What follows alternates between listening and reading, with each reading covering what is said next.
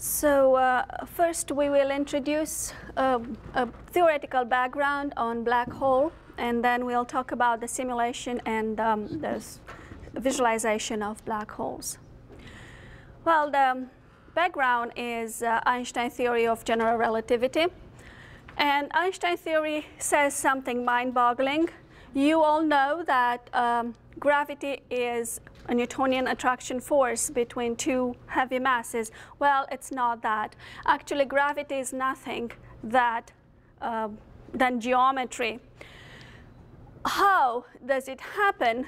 Basically, imagine a sheet that is suspended in nothing, and you put a heavy object, and that heavy object makes a dent in that sheet like this. So and then that dent catches other objects, and it tells how those other objects should move.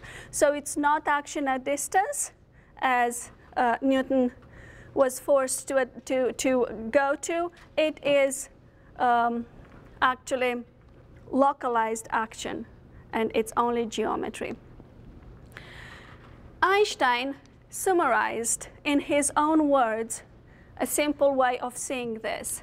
People before me believed that if all the matter in the universe were removed, only space and time will exist.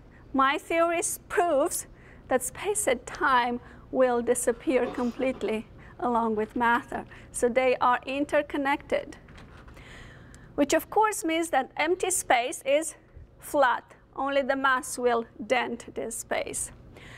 Now, if empty space is flat, then at the other end, a very, very dense mass will curve space to infinity.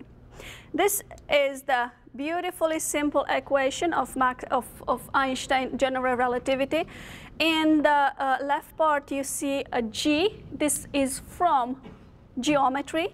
And on the right part, you see a T, which means energy and matter. So that's very similar with the crazy E equal mc square, which said that matter is energy. Now Einstein comes and says, wait a minute, matter and energy is geometry. It turns out that that's how it is. And indeed, at the other end of mass density, you found those crazy objects called black holes. They were predicted by Einstein theory. First, they were the first solution, exact solution of Einstein theory, and proved Einstein theory successful. What does it mean? Well, imagine that a star makes a dent in the space-time. If the star is heavier, then the dent, the throat is deeper. The deeper the heavier the star, the deeper the throat. If the star is heavy enough, something strange happens, and the star collapses in itself under the action of its own weight until it disappears. It disappears to a point called singularity, and basically the star disappears, space and time disappears, and imagine the singularity as a tear, as a rip in that sheet that you were imagining in your head as being the space-time. At that point, we don't know what happens, so we don't know what is inside. But between the singularity and the point called the point of no return, it's vacuum. And that's what we usually say it's the inside the black hole. Now, that point of no return, it's called event horizon. And it means that if an object, even a photon of light, comes and passes this event, it can't return back. It doesn't have any other way but going forward. There is Einstein equation theoretically explains this by switching the space meaning with the time meaning. So going forward means going forward in time. and there is no going back in time, so the only way to go is forward. So that is the interconnection between time and space in the Einstein equations. Time cannot be separated from space. However, you cannot go back in time. So going straight in space inside the black hole is going straight in going in the future in time, and you cannot go towards your past.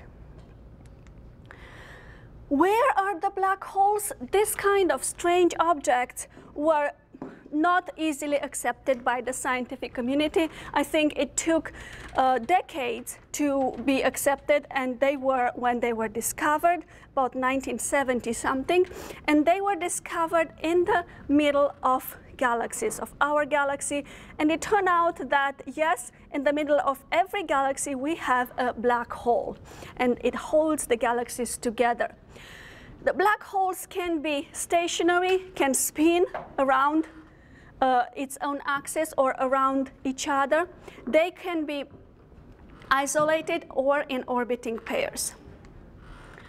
Now, if they spin around, or like this black hole, or if they spin around each other, what happens is an accelerated motion. So if you move something, if you imagine a lake, and you start to move something over this, the surface of this lake, you see ripples. It's exactly the same thing that happens with the space-time sheet.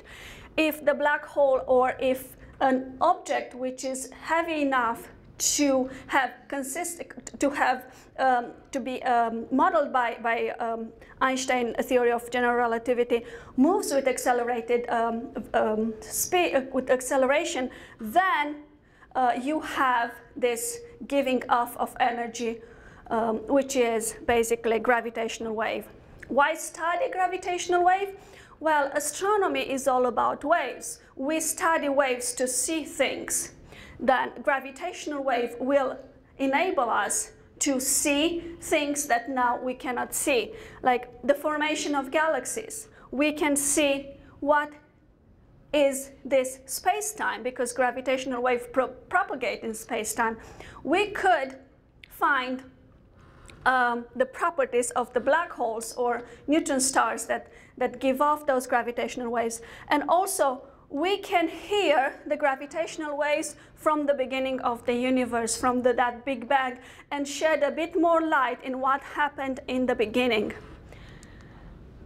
So, the study of gravitational wave is the subject of a new astronomy called gravitational wave astronomy. So if normal astronomy sees with light wave, gravitational wave astronomy will see with gravitational waves. Now you cannot use the same tools, the same telescopes. You need to build very special tools who can transform whatever the gravitational wave can measure into something that you can see. And that is this kind of tool called Laser Interferometer Gravitational Wave Observatory, LIGO, which basically is a huge Michelson interferometer. And what it measures is the difference in distance between the path of a light ray that goes in one direction comparing to a perpendicular direction. Now, in theory, there is a beautiful project called LISA, which are these types of LIGO observatory in triangulation, and they are going to go in space. So they are spaceborne, and they will detect basically the gravitational waves with much more accuracy. What can we see? Colliding black holes, ripples of the space-time that are given by supernovae explosions, the Big Bang, and studying this elusive structure of space-time. Now, even here in West Virginia, we're trying to catch the wave. And this is the new project called pulsar timing. So instead of using this type of Michelson interferometer built by people, you use the neutron stars. You find the neutron stars, find a ring of neutron stars around green banks, and you measure if that ring of neutron stars goes forward or backwards. And they put some new software and hardware there. So they bring the so-called Guppy at Green Bank. It's again, they need a lot of supercomputing power there too. Okay. Now, what is detected? So it is a difference in distance is detected. The problem is that this difference in distance, this little vibration, is as little as a radius of an atom, which it's a problem. And another, because being so small, those gravitational waves observatory need to be very, very sensitive. Now, if they are so sensitive, they can detect anything. They can detect supersonic vibrations from an airplane that comes over the observatory. They can detect if a truck goes on the road near the LIGO observatory. They can detect the motions of the waves hitting the shore if the gravitational observatory is close by. So the signal is basically swamped with errors. It's full of noise. And because of that, templates are essential for detector. So the idea is to have a template bank and to input the signal detected by those observatories. And if there is any match between that signal and a wave pattern in that template bank, then that observatory tells you that you detected something real.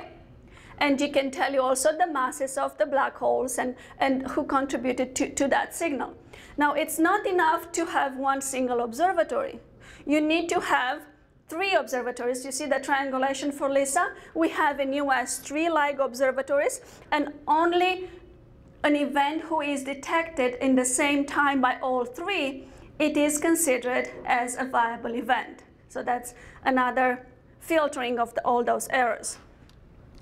So numerical relativity, the main reason for numerical relativity is to provide this type of template for the gravitational wave observatories by using computers and developing codes that will simulate the black holes and basically solve Einstein equations for those computers. Now, why do we need to solve them on the computer? Einstein equations look beautiful, but actually they are a lot of them, and it's basically almost impossible to solve with paper and a pencil the problem of 2 black holes. So only 1 black hole, we have solution. Rotating black hole, we have solution. 2 black holes, we start from a Newtonian approximation and solve numerically Einstein equations. Other reasons to do numerical relativity is you can simulate other astronomical phenomena. You can simulate supernova explosion. You can simulate entire galaxies. You can simulate the Big Bang. And somebody, I think, said yesterday that you can use the computer as a virtual lab. You can do experiments on the computer to test and prove new theories and discover new phenomena in general relativity. And this is a simulation. So a product of numerical relativity. So this is 2 black holes that will merge, and the gravitational wave will be given in here. This simulation is not developed here. This is developed at Cornell by one of my collaborators. So let's see if it's working. It should work. How do you click on it?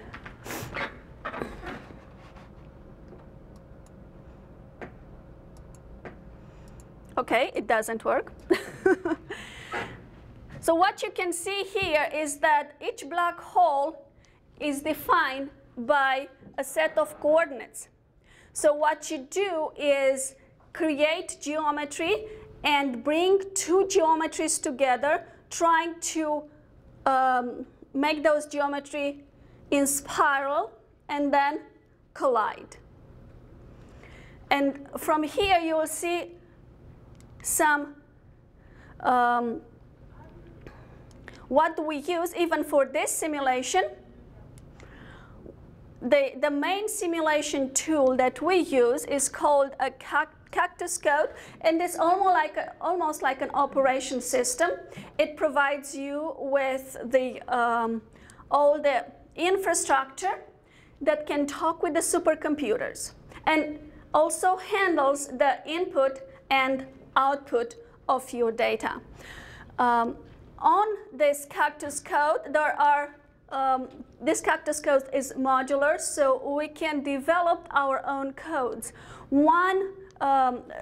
So our community, the numerical relativity community, developed so-called Einstein toolkit, which is formed of computer codes.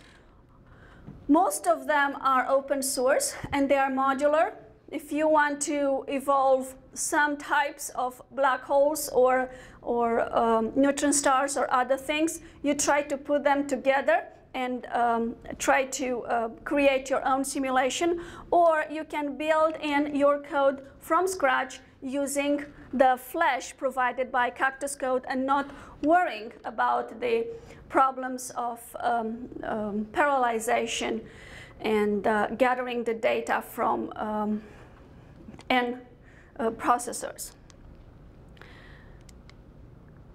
As visualization tools, well, what I use, of course, there are plenty, and I use more than those, but those I think are the most reliable ones. A 2D plotting tool called Grace, and it gives paper-like quality of the images. NuPlot, a command line plotting function, which is very versatile, is a command line. And of course, the high-end interactive visualization tool, Visit. I tried to use Amira and also Aviso. Yeah, Aviso. Okay. Now, what are we doing with the Einstein equations? As you see, they are quite simple and beautiful, and even simpler, black holes are pure vacuum. So if you can trick that singularity from the event horizon to the singularity, you have only pure vacuum. Actually, if you get inside the black hole, you wouldn't realize. If it's a supermassive black hole, nothing would change until you get very close to the singularity. When you will be pulled apart. Only. So we don't have matter. So the only part that we need to worry about is the geometry. And we decompose the geometry into curvature and G mu nu, which is called the metric tensor. Metric tensor is the essential part of the geometry, and it's nothing but the usual distance between two infinitesimal points, okay? So it's basically Pythagorean theorem, okay? ds squared. That's the only thing. That the metric is the factor that is in front of this distance and shows you if the distance between those points, how is curved, how is switched. And it's not only a straight line. Now, the problem with Einstein equations are they look that simple, but actually those curvature tensors are formed out of the metric, and there is no known stable algorithm to evolve Einstein equations. So each group tries to fight with it and rewrite them, because we don't like how Einstein gave it to us, and try to figure out a stable algorithm. Of course, there are plenty of inherent difficulty, and the first one is how to get rid of that singularity, how to put geometry on your computer and don't make your computer not known about the fact that you have a rip in that geometry. Then another big problem is that you have no idea how your future geometry will look. So you don't have a fixed system of coordinates. You need to create your world every time. Every time step you need to recreate everything. So that's, and then over that geometry you need to put the mass. And then that mass will create another geometry, and then you calculate the mass on that geometry and go forward. So that's another problem. And then another problem is that Einstein equations include conservation laws, which means that it's an overdetermined system. And that's a problem, because you cannot evolve those equations, those conservation laws. Your code has to obey them, though. And if your code doesn't obey them because of inherent numerical errors, then you're out of bounds and you don't do physics anymore.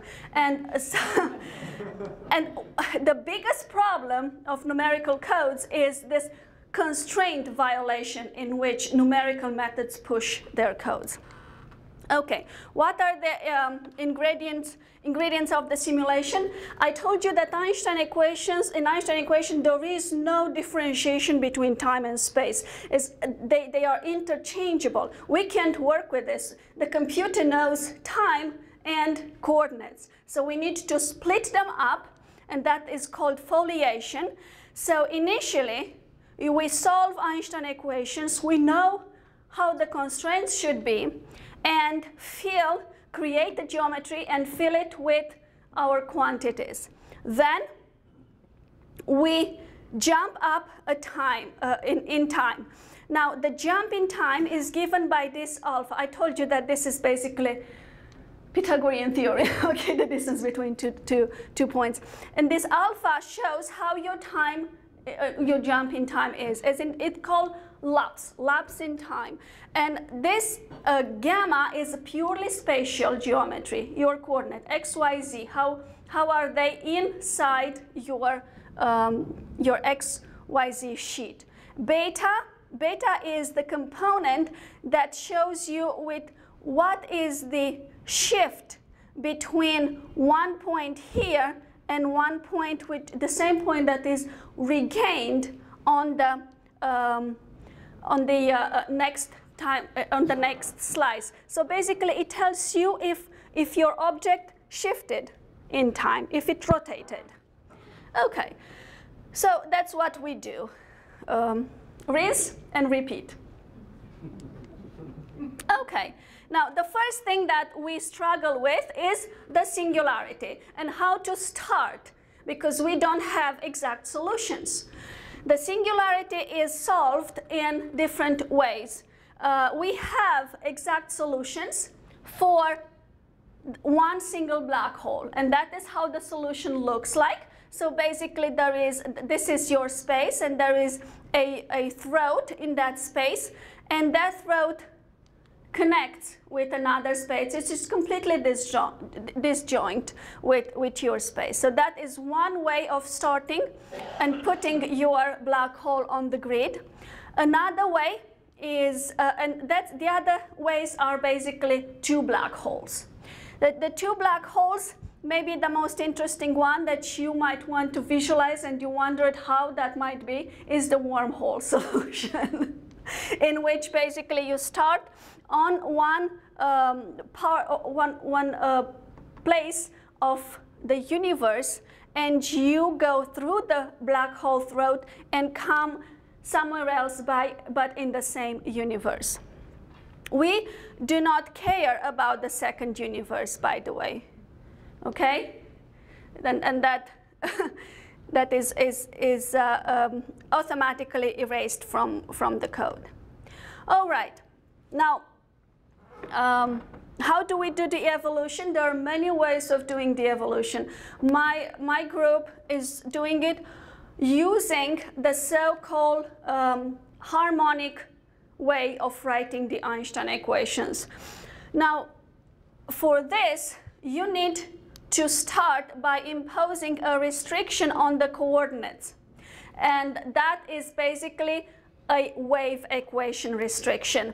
And those coordinates are called harmonic coordinates. Now, the problem with general relativity is that you can pick the coordinates any way you like, but you need to reconstruct those coordinates every time you make a jump in time. And those coordinates basically will be reconstructed with errors.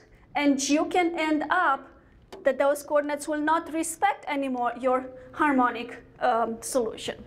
That is one problem that basically it's another violation of the constraints. Now, the Einstein equations will reduce with this writing, because the metric is basically formed with the geometry, will reduce to a wave equation. And the computer solves 10 wave equations, which are nonlinearly connected with each other through this constraint. What is the numerical approximation? So you put the geometry on the grid, basically.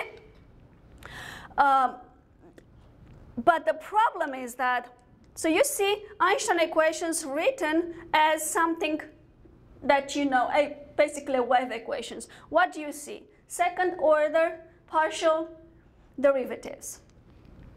Now those are continuum space-time. The computer doesn't know how to solve this. So the ways of approximating this, so you go from exact to making approximations.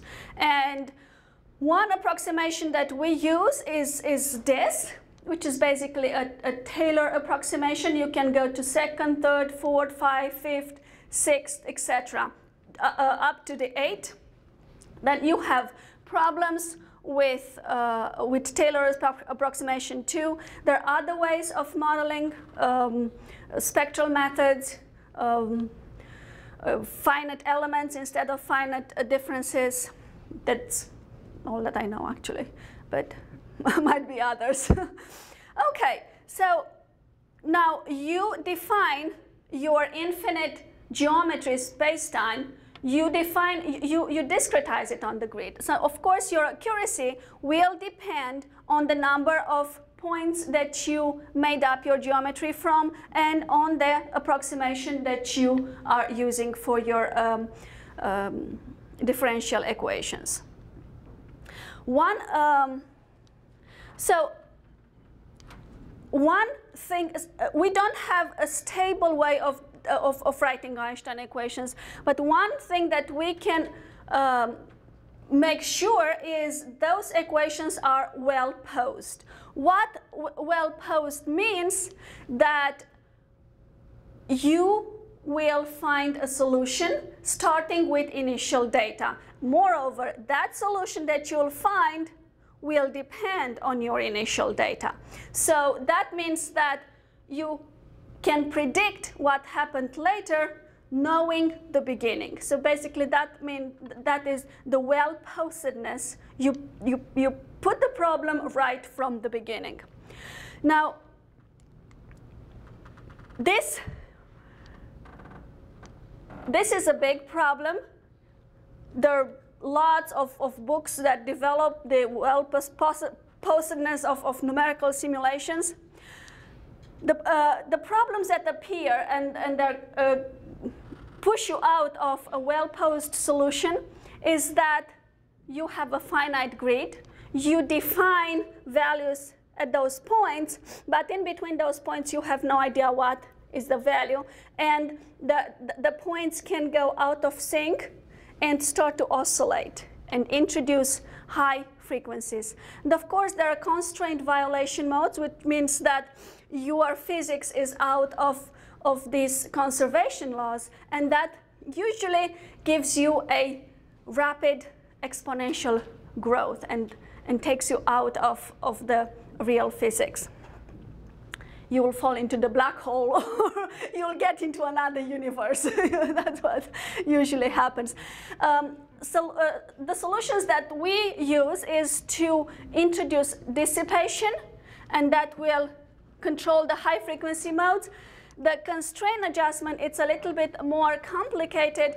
What we do, we tweak analytically Einstein equations and check every time that those equations have or not have or don't have an error that is exponentially growing in time, and we try to suppress any exponentially growing in time value. Einstein would say, this is not physics.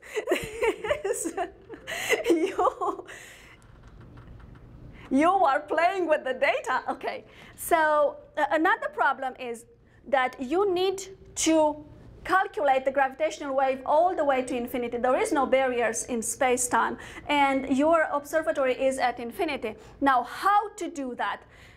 You need a lot of computer power. You can go to a supercomputer and use as many processors as you can. But in the end, this is finite, so you do need to stop somewhere. So what is basically happening is that you need to introduce artificially boundary conditions. And when this is a black hole, and when the pulse hits the boundary, the artificially imposed outer boundary, it returns, and you don't have anything there but noise. And that is another big problem called the boundary problem. And what we do is that we put a boundary initially, and we consider this again a slice. And we need to make sure that on this slice we do have, we treat it as an initial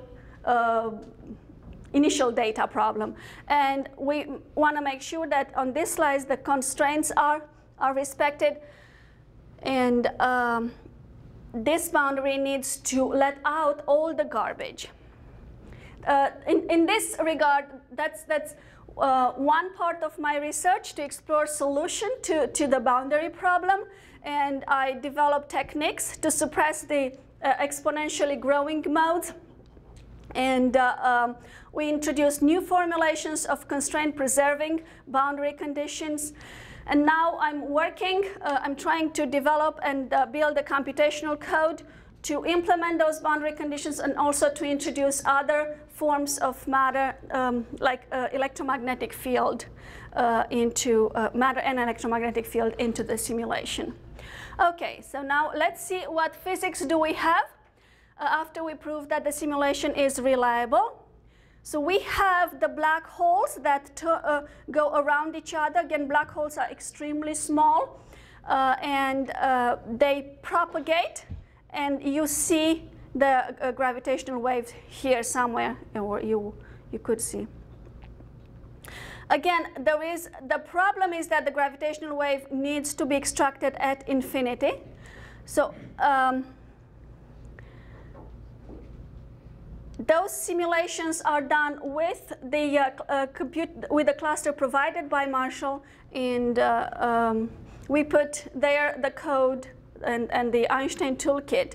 And in here you see a rotating black hole. You see basically the lapse, and a very small there is the black hole, only a point. Twin spiral black holes. Unfortunately, this one didn't go too well. We need to redo it. But you see here that they are forming, they are close together. So that is the visit visualization, and is using the resources on this provided by the cluster. Now, another research that I'm involved in is putting the infinity on the grid, and that is called the characteristic approach. Basically what we do, we trick the computer and we say that 1 is the infinity. And how we form this, we do a recoordination from a radius r, which should be infinity, to r over r plus big R, which is where we start. So that basically at infinity, this x will be 1. So that is the most accurate way of extracting the gravitational waves. Of course, this technique needs to be embedded in the previous technique. So you have now, you match those two computer codes. And that is a result of a binary black hole waveform. This is how the waveform is shown into the geometry of the space-time, and this is how the waveform pattern it is given to the observatories. That's all. Thank you.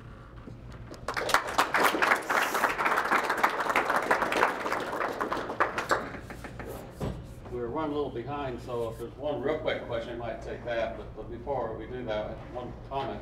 One is we're in the process of getting this visualization to work with the Viz Lab. I'm hoping we can show some of that this evening, but I don't know if we have enough to show off any more than what she has. And the other is Maria's involved in this REU program, which allows us to mentor undergraduates here at the university through our Richard REU program, and she's involved in that. So we hope to have a student work with her on this this summer as well. And one question? Well, I got two. I can get away with it. One was the last slide shows a collision that might form a hyper-compact star system, where you'd actually kick out of the galaxy. I don't have any simulations that will show that. Somebody from my group did do super kicks 2 years ago or a year ago. So yeah. The computers can do that level of simulation. Sure. And the other question is just informational. Has there been evidence of gravity wave detection? The last I heard, not all. Of course, indirectly, there is already there are already detected. There is a Nobel Prize for this, and yes, directly, LIGO detected 2 years ago or a year ago detected nothing, which is a big indication that there are no gravitational wave at the sensibility that LIGO had at that time. But that was still real science because it allowed us to rule out a few of the alternate theory of general relativity.